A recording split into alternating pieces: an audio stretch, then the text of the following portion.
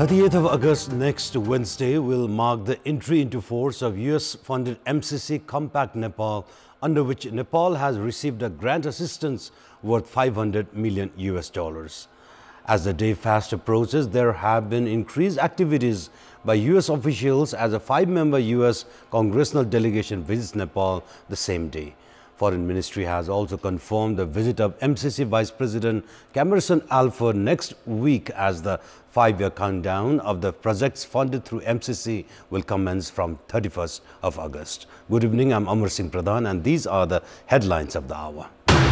Growing rift seen between executive and judiciary as political parties define constitution as per their liking. Experts remind not to forget the norms of democracy. The Office of the Attorney General puts pressure on the government attorney not to file case against alleged culprits of Lalita Niwas land scam under organized crime. The Chandrayaan-3 starts collecting information from the moon to conduct research for 14 days on moon surface.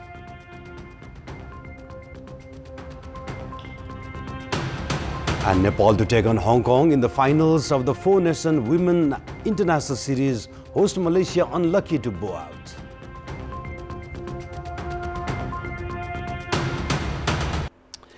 Independent judiciary is a crucial cog of democracy.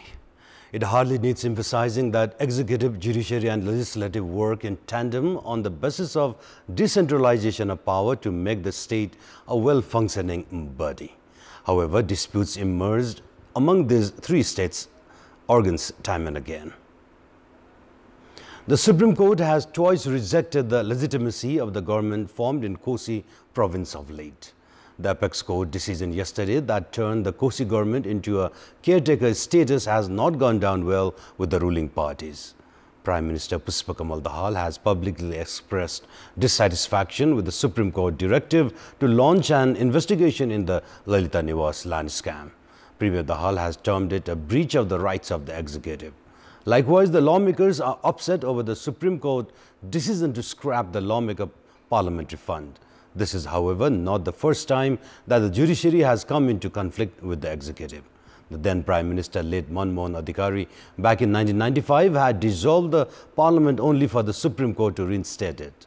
Likewise, former Prime Minister late Girija Prasad Koirala had refused to comply to appear at court to record the statement while challenging to shift the court to Narayanhiti. Recently, the Apex Court on 2 occasions reinstated the parliament that was dissolved by the then Prime Minister KP Sharma Oli in the year 2020 and 2021. The court on 2nd occasion even issued a mandamus for the appointment of Sher Bahadur Deuba as the Prime Minister.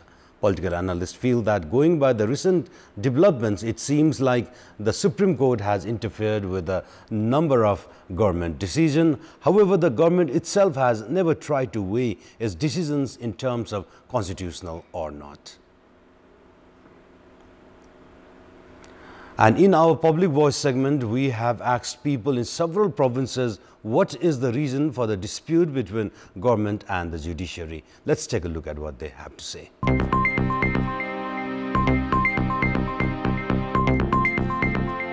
सरकारले कतिपय कुरा मिल्ने कुरा नमिल्ने कुरा कानुनमा लेखेको कुरा भन्दा बाहिर गएर पनि काम गराउन खोज्छ तर न्यायालयले त स्वीकार्दैन। सरकारले स्वतन्त्र रूपमा काम गर्न नदिने हुँदा पटक पटक विवादमा आइरहेको हुन्छ। नेताहरू इमानदार नभएका कारणले यी समस्याहरू न्यायालय र नेताहरू बीच जुधिने गर्छ। नेतृत्वहरुमा एउटा स्वेच्छाचारिता बढी हो कि भन्ने लाग्छ। न्यायालयले नै चाहिँ राम्रो निर्णय गर्नुपर्ने हो। सरकारले न्यायाधीशहरूको नियुक्तिमा गरेको राजनीतिकरण नै यसको परिणाम हो। दुवै पक्षहरुको बीचमा चाहिँ निश्चित भेस्टेड इन्ट्रेस्टहरु छन्। काम कर्तव्यका अधिकारका बीचमा जुन नेपालकै संविधानमा त्यस्तो किसिमको कन्ट्राडिक्सन देखिएको छ र त्यो कन्ट्राडिक्सनकै कारणले हो जस्तो मलाई लाग्छ। राजनीतिक भागभण्डाका आधारमा गएका न्यायाधीशहरूले नुनको सोझो गरेर चाहिँ आफ्नो राजनीतिक दललाई चाहिँ संरक्षण दिनुको मुख्य कारणले गर्दाखेरि नै यो न्यायालय र हाम्रो देशको सरकार बीच जहिले पनि विवादित भइरहेको हुन्छ। न्यायालयले आफ्नो ढंगले आफ्नो पावरले देखाएर काम गर्न खोज्छ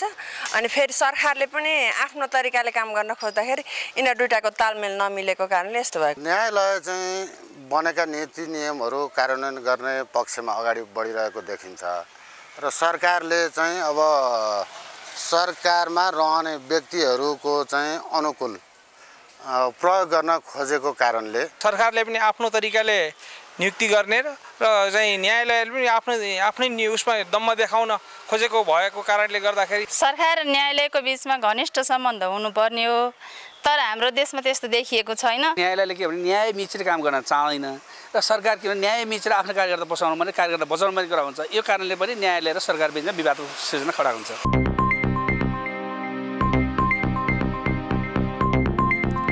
The District Government Attorney's Office has been receiving pressure not to file case of organized crime against those alleged of involvement in the Lalita Niwas land scam.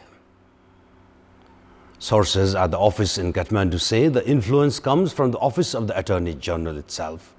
Attorney General Dinmani Pokhrel reportedly has been piling pressure to alter the list of defendants submitted by the Central Investigation Bureau of Nepal Police, as the list of 238 individuals consists of 4 former ministers. Sources say Pokhrel has been coercing the office to only file case for fraud and avoid case of organized crime. Pokhrel had reportedly done the same as the CIB wrapped up its investigation and worked on the final report.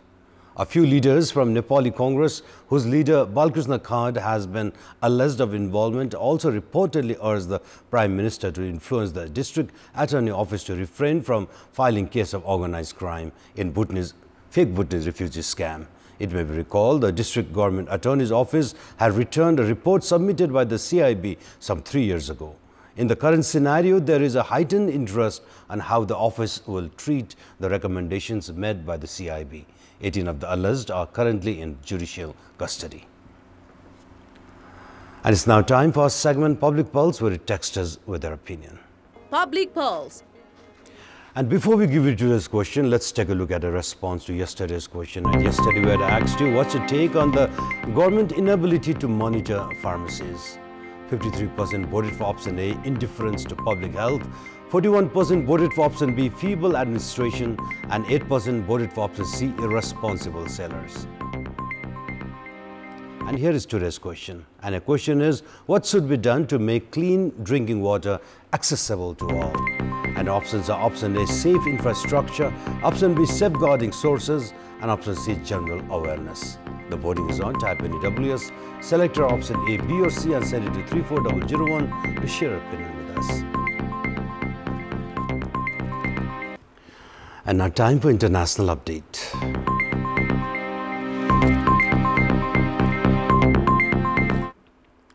The Indian Space Research Organization released video of the moon's surface captured by the Chandrayaan-3 lander during its descent on Wednesday. The moon rover of India Chandrayaan-3 was seen exploring the surface of the lunar south pole after it exited the spacecraft on Thursday and will begin conducting experiments, the Indian Space Research Organization, or the ISRO, has said. The spacecraft landed on the unexplored south pole of the moon on Wednesday evening, making India the first country to achieve this feat just days after Russia's Luna 25 failed in a similar mission.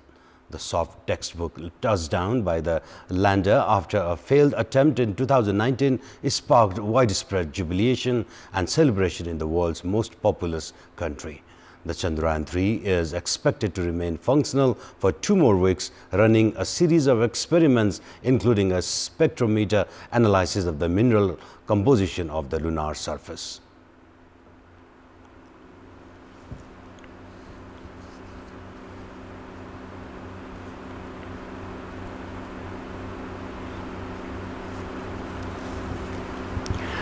A region of Antarctica which saw sea ice extent crash between October and December 2022 went on to experience an unprecedented breeding failure of emperor penguin colonies where no chicks survived.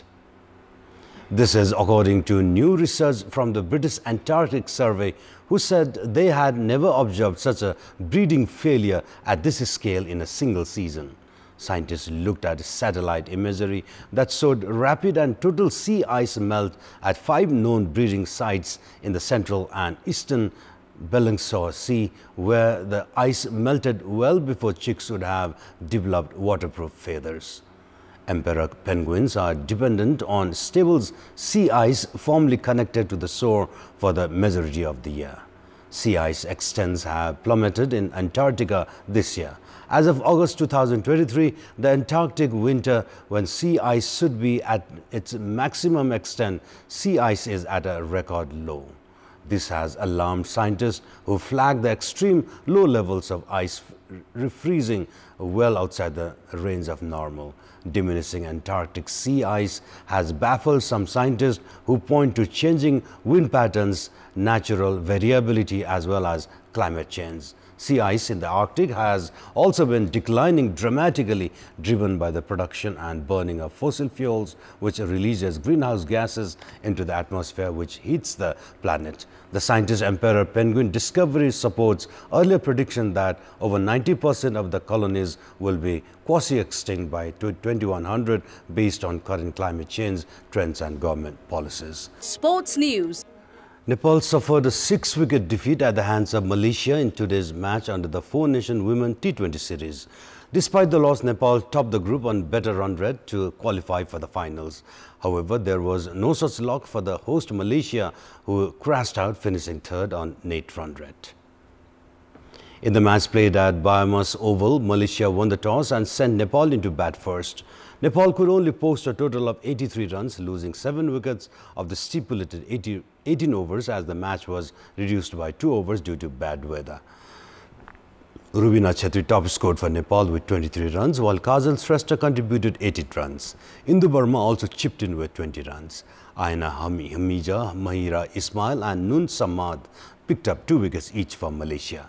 In reply, Malaysia chased the victory target in 16.2 overs. Aina Hamija produced an all-round effort as she contributed 37 runs, while Mahira scored 21 runs. Pooja Sitaranamagar and Rubina Chetri shared a wicket each for Nepal. In another match today, Hong Kong defeated Kuwait by 4 wickets to book a place in the final. Nepal, Hong Kong and Malaysia all finished with 4 points each. However, Nepal and Hong Kong qualified by virtue of better run rate. The final of the tournament is slated for tomorrow. Those were our latest headlines. Up next is News in Nepali. Good night.